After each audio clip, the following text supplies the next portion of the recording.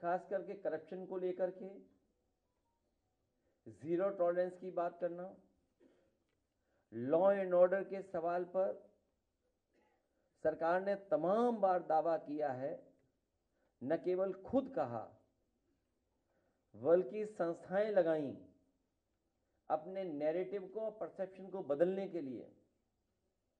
और zero tolerance की policy पे सरकार लगातार दावा करती रही है। और जिस तरीके से लगातार हम लोग सुन रहे हैं सरकार के विधायक क्या कह रहे हैं, उनके ही अपने नेता ये कह रहे हैं कि उन्होंने जीवन काल में, उन्होंने अपने पूरे राजनीतिक जीवन काल में ऐसा भ्रष्टाचार नहीं देखा होगा जो इस सरकार में चल रहा है। और एक बार इसी प्रेस कॉन्फ्रेंस में जब हम और आप लोग बैठे थे तो जो प्रेस में छपा था उसी का जिक्र करके मैंने कहा था कि मुख्यमंत्री खुद स्वीकार कर रहे हैं कि कई विभागों में बड़े पैमाने पर दलाली चल रही है। और ये जब बात कही गई थी तो आप जानते होंगे पलट करके क्या बात रखी गई थी।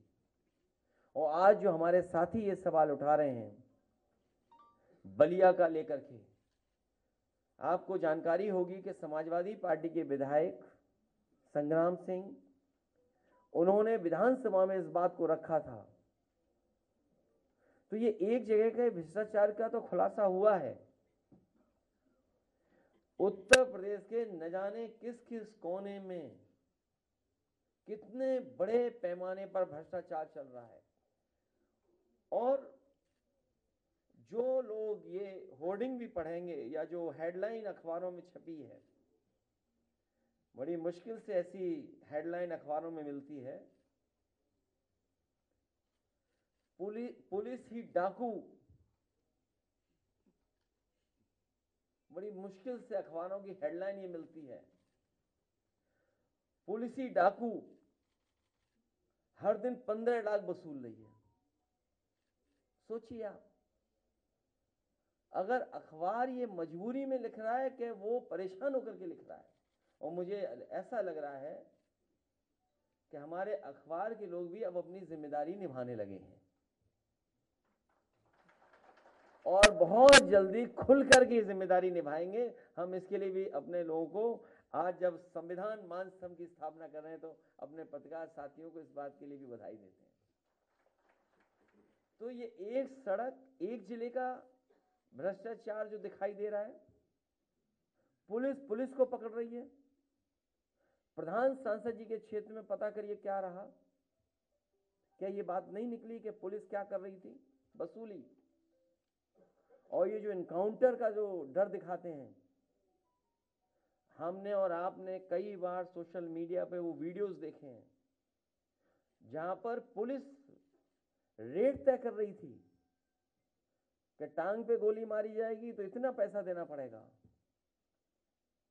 और फिर हम लोगों ने वो भी देखा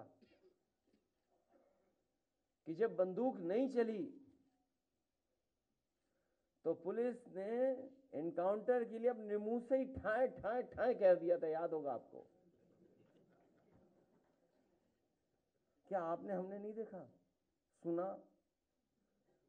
और मुझे याद है नोएडा का पहला फेक इनकाउंटर हुआ था, एक इंस्पेक्टर जिम का जो लौट रहा था, पुलिस ने उस पे गोली चलाई थी। वो आज विकलांग है, वो चल नहीं सकता। अगर सरकार उसी समय न्याय दे देती जब हम लोगों ने सवाल उठाया था, तो आज ये उत्तर प्रदेश की स्थिति नहीं बनती। और ये एक घटना नहीं है करप्शन की, हमने आपने लाइव देखी है चीजें। और ये झांसी के हमारे जिलाध्यक्ष बैठे यहां पर, एक नौजवान, कुछ पैसे को लेन देन था पुलिस इंस्पेक्टर के साथ, वो रात में उसको पकड़ करके लेकर के उसकी हत्या की थी, इनकाउंटर किया था उसका फर्जी। एफआईआर नहीं लिखी जा रही थी, कोर्ट ने एफआईआर लिखी। और अखबारों के माध्यम से मैंने पढ़ा था, उसकी परिवार के सदस्यों ने, खासकर उसकी पत्नी ने कहा था कि अगर मुझे न्याय नहीं मिला तो मैं आत्महत्या कर लूंगी। दुख है इस बात का कि उस परिवार को ये सरकार न्याय नहीं दिला पाई, उसकी पत्नी ने आत्महत्या की। मैं कितनी कहानी बताऊं आपको। लखनऊ में भी एक हत्या हुई है, सरोजनी नगर इलाके में। कौन बचा रहा है सोचो आप। सरकार में बैठे लोग, खासम खास लोग जिनके पास पैसा है, जिनके पास संपर्क है, उस हत्या का खुलासा नहीं होने दे रहे हैं, और जो दोषी हैं उनको नहीं पकड़ने दे रहे हैं। वो लोग बीजेपी के लोग हैं शामिल। मेरे में पूरी फाइल है कि जहां बीजेपी के लोग ही कानून व्यवस्था को बिगाड़ रहे हैं। तो कितनी कहानी बताऊं, ये तो कुछ जगह की कहानी है। और आप याद कीजिए आईपीएस कितने दिन फरार रहा। कानपुर में जो दंगा हुआ था, मैं आपके सामने कह रहा हूं, कभी ना कभी जांच होगी, उसकी दोबारा जांच होगी। वहां पर पुलिस ने जिस तरीके से पैसा वसूला है लोगों पर, और खासकर मुसलमान भाइयों से पैसा लिया है, झूठे मुकदमे लगा कर, डर दिखा करके। जब सरकार की जानकारी में आया तो सरकार को अधिकारी हटाना पड़ा।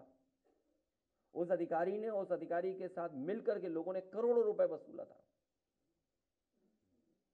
कितनी कहानियां बताएं आपको, भरी पड़ी हैं। और फाइल अभी मुझे लोग देके गए हैं, अगर फाइल का पढ़ दें तो न जाने कितना भ्रष्टाचार दिखाई देगा, केवल एक विभाग का। और फिर ये ड्रोन वाला कोई कार्यक्रम चला रहे हैं बीजेपी वाले। ड्रोन उसी से देखेंगे, ऊपर से ही देखेंगे। बताओ, आप अस्पताल जाते हो, ड्रोन की जरूरत है आपको क्या अस्पताल में भीड़ देखने के लिए? लोहिया अस्पताल जाइए आप, सिविल हॉस्पिटल जाइए, पीजीआई आप जाइए, क्या आपको ड्रोन की जरूरत पड़ेगी भीड़ देखने के लिए? आप किसी रेलवे स्टेशन पे चले जाओ, आपको जरूरत पड़ेगी ड्रोन की भीड़ के लिए, देखने के लिए? तो 10 साल रह करके इन्होंने हर व्यवस्था को खराब किया है। हर व्यवस्था, हर विभाग बर्बाद कर दिया। ये दावा करते थे कि मेडिकल कॉलेज बना रहे हैं, भले 13 मेडिकल कॉलेज नहीं बन पाए, जिनको एनएमसी ने मान्यता नहीं दी। कहीं मान्यता मिली है 13 मेडिकल कॉलेजों को? और जो मेडिकल कॉलेज हैं उनकी स्थिति क्या है? कहीं इलाज नहीं मिल रहा गरीब को। एक जिला अस्पताल नहीं बनाया जहां पर दवाई, इलाज, इंतजाम पूरा मिल जाए गरीब को। तो स्वास्थ्य विभाग वो दिखाई दे रहा है, और कितना भ्रष्टाचार होगा उसमें पता ही नहीं। ये तो कुछ खुल रहे हैं, और ये खुल इसलिए रहे हैं कि कुछ लोग मोहरा बन गए हैं। वो मोहरा हैं, दिल्ली के वाईफाई के वो पासवर्ड हैं।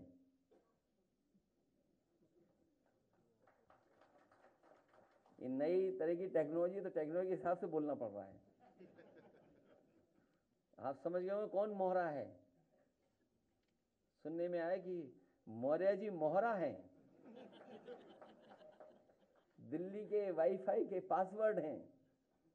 अगर दिल्ली वाले किसी से मिलते हैं तो लखनऊ वाले भी मिल रहे हैं किसी से। तो बताओ सरकार चलेगी ऐसे? क्या सरकार चलेगी बताओ? और जिन्होंने बिगाड़ा है सब कुछ, क्या वो लोग ठीक करेंगे? और सबसे गंभीर सवाल मैं आपके सामने रखता हूं। मुझे याद है कि इस प्रदेश के गवर्नर थे, हमें चिट्ठी लिखते थे और अखबार में सरकार को, समाजवादियों को बदनाम करने के लिए जातिवादी का आरोप लगाते थे। बताओ, कोई है कहीं कोई जो गिनती करे कौन कहां बैठा है? बताओ, मुख्यमंत्री जी कौन है, मुख्य सचिव कौन है, प्रमुख सचिव कौन है गृह, और विभाग में कौन कौन कहां बैठा है? सोचिए आप भी तो थे, कभी कभी उठाते थे सवाल जातिवाद का। तो आप विचार करिए, गंभीर सवाल है। तो यूपी ऐसे नहीं चलेगा। यूपी की जनता को इन्होंने धोखा दिया है। यूपी की जनता का इन्होंने सब कुछ बर्बाद कर दिया। बजट की बात तो लोकसभा में होगी कि यूपी को क्या मिला। हालांकि प्रेस के सामने मैंने कहा कि अगर पूर्वांचल एक्सप्रेसवे में केवल 25 किलोमीटर ये सरकार बना देती तो दिल्ली से भागलपुर तक आप एक्सप्रेसवे पे चले जाते। जिस गांव में जितना बना करके छोड़ दिया हम लोगों ने, उस गांव से आगे 1 इंच जमीन नहीं सरकार ने ली। अगर कोई गाजीपुर का हो तो वो जानता होगा, पखनपुरा तक छूट गई थी सड़क, उसके आगे नहीं सड़क जा पाई। तो अगर वो सड़क बन जाती जो पैकेज दे रहे हैं बिहार को, और बिहार की बाढ़ कैसे रुकेगी बिना यूपी की बाढ़ को? 30-40 जिला तो हमारे बाढ़ में प्रभावित हैं, नेपाल से बातचीत किए बिना और यूपी की बाढ़ को रोके बिना बिहार की बाढ़ कैसे रुक जाएगी? यूपी की बाढ़ नहीं रुकेगी तो। इसलिए आप खेल देखिए दिल्ली के वाईफाई के पासवर्ड का। समीक्षा बैठक में नहीं जा रहे हैं दोनों डिप्टी सीएम। नेम प्लेट वाले मामले पर अपने जो फैसला उसको बरकरार रखा है। किसमें? सुप्रीम कोर्ट ने जो नेम प्लेट वाला मामला था सर दुकानों पे लगाने वाला, उसका अपना वो मैं कह चुका हूँ सर, दोबारा क्या कहना। मैंने तो कहा ना कि ये लोकसभा चुनाव में आखिरी कम्युनल जो इनकी जो कम्युनल जो पॉलिटिक्स थी उसका अंत अगर किसी ने किया तो समाजवादियों ने किया, पीडीए परिवार के लोगों ने किया। ये जो कम्युनल पॉलिटिक्स थी, सांप्रदायिक राजनीति भारतीय जनता पार्टी, उसको अगर किसी ने रोका है और उस राजनीति को अगर किसी ने खत्म किया है तो समाजवादी लोग और पीडीए परिवार के लोगों ने। और हम लोगों पे आरोप लगाते थे कि ये एमवाई पार्टी है, लेकिन मुझे खुशी है कि इस बार पीडीए परिवार ने दोनों एमवाई को हरा दिया। अखिलेश जी, मुख्यमंत्री जी की मंगलवार बैठक में दोनों डिप्टी सीएम नहीं गए। और जो देखते नहीं आप, जब दिया आखिरी में फड़फड़ाता है तो ये फड़फड़ा रहे हैं, इसीलिए होर्डिंग लगवा रहे हैं। लेकिन मैं धन्यवाद देता हूं कि सौहार्द में जयते के लिए जो सुप्रीम कोर्ट ने फैसला लिया उसके लिए बहुत धन्यवाद। और सुप्रीम कोर्ट को स्वयं संज्ञान में चीजें ले लेनी चाहिए उत्तर प्रदेश की कुछ गतिविधियों पर। अखिलेश जी दोनों डिप्टी सीएम नहीं गए। एक तो मुख्यमंत्री के कार्यक्रम में आज नहीं गए, कल उनके जो बैठक थी उसमें नहीं गए, और ये दिल्ली तक। क्यों तुम्हें समझ में नहीं आता? मैंने कहा दिल्ली के वाईफाई के ये सब पासवर्ड हैं। हैं? क्या चीज? ए रुक जाओ भाई, उधर सुन लेने दो, बड़े पत्रकार हैं। किसका? मुझे लगता है ये विंटर डिस्काउंट तक चलाना पड़ेगा।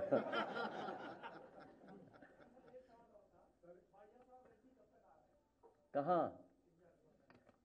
छोड़िए इन बातों, क्या रखा है। देखिए, समाजवादियों का सिद्धांत हमेशा रहा है कि जहां अन्याय होगा उसके साथ खड़े होंगे। अगर उन्होंने ये बुलाया और कहा कि बड़े पैमाने पे उनके कार्यकर्ताओं की जान ली गई है और यूपी की तरह बुलडोजर वहां चल रहा है, तो इस बुलडोजर संस्कृति के खिलाफ हैं। जो कोर्ट है, हमारी संस्थाएं हैं, उन पे हमें अंततः तो भरोसा करना ही पड़ेगा। तो इस तरह की जो राजनीति है बदले की, तो इसका अंत नहीं है। मान लीजिए यहाँ बुलडोजर चला, यहाँ फेक इनकाउंटर्स हुए, हमने आपने देखा लाइव हत्या हुई, सोचिए आप, लाइव क्या मर्डर हुआ, तो क्या अंत है इसका? इसीलिए मैंने आपसे कहा कि मैंने उदाहरण दिया कि अगर पहला जो फेक इनकाउंटर हुआ था, अगर सरकार उसी समय कार्रवाई करती, वो आज भी जिम इंस्पेक्टर विकलांग है, सरकार ने कोई मदद नहीं की उसकी, तो आज ये स्थितियां नहीं बनती उत्तर प्रदेश में कि पुलिस को पकड़ रही है, पुलिस को लूट रही है, सोचिए आप। और हमसे बेहतर आप जानते होंगे, हम तो जा ही नहीं पाते किसी कार्यालय या मंत्री से उठने बैठने। आप में से तो बहुत लोग उठते बैठते हैं मंत्री जी के यहाँ, सब तरह कार्यालयों में घूमते हैं, आप जा सकते हैं। तो आपको हमसे ज्यादा भ्रष्टाचार पता है, लेकिन आप बताते नहीं हो। नहीं पता है आपको, ऐसा नहीं है कि आपको नहीं पता है, आपको सबको पता है, और आपको अपने विभाग का भी पता है। सबसे बड़ी बात यह है।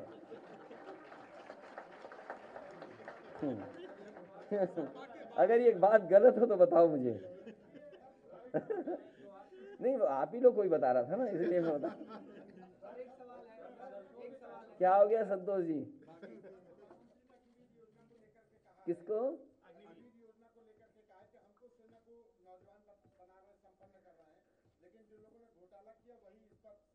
नहीं, अग्निवीर व्यवस्था को